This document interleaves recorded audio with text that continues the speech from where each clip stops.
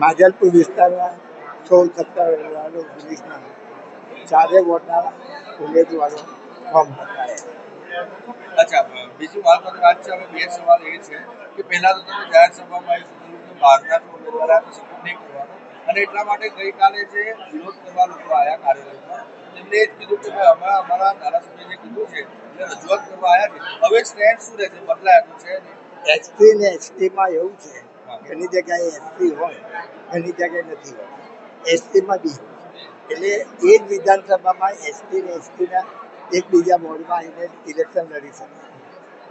હવે સ્ટેન્ડ શું રહેશે? હવે તો બદલાયા નથી. હવે બધા એક થઈ જશો કે પછી જે અંદર ખાતે રોષ છે એ જવા દેશે? આપનું સ્ટેન્ડ શું રહેશે? તમે જે કહેશો એ કાર્યકરો કરવાનું. ગઈકાલે જ્યારે ટિકિટ જાહેર થઈ, અમારા ચારેય વોર્ડમાં રોષ હતો, ના નથી કહેતો, પણ ભારતીય જનતા પાર્ટીની એક ખૂબી છે, એના કાર્યકર્તાઓની બી ખૂબી છે.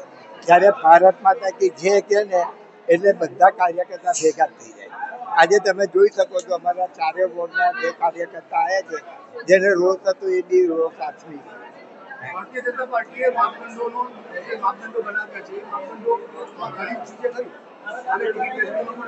જો ભારતીય જનતા પાર્ટીના જે માપદંડ હોય, પણ એ ઉપરવાળા જે નક્કી કરે એ ફાઇનલ થાય.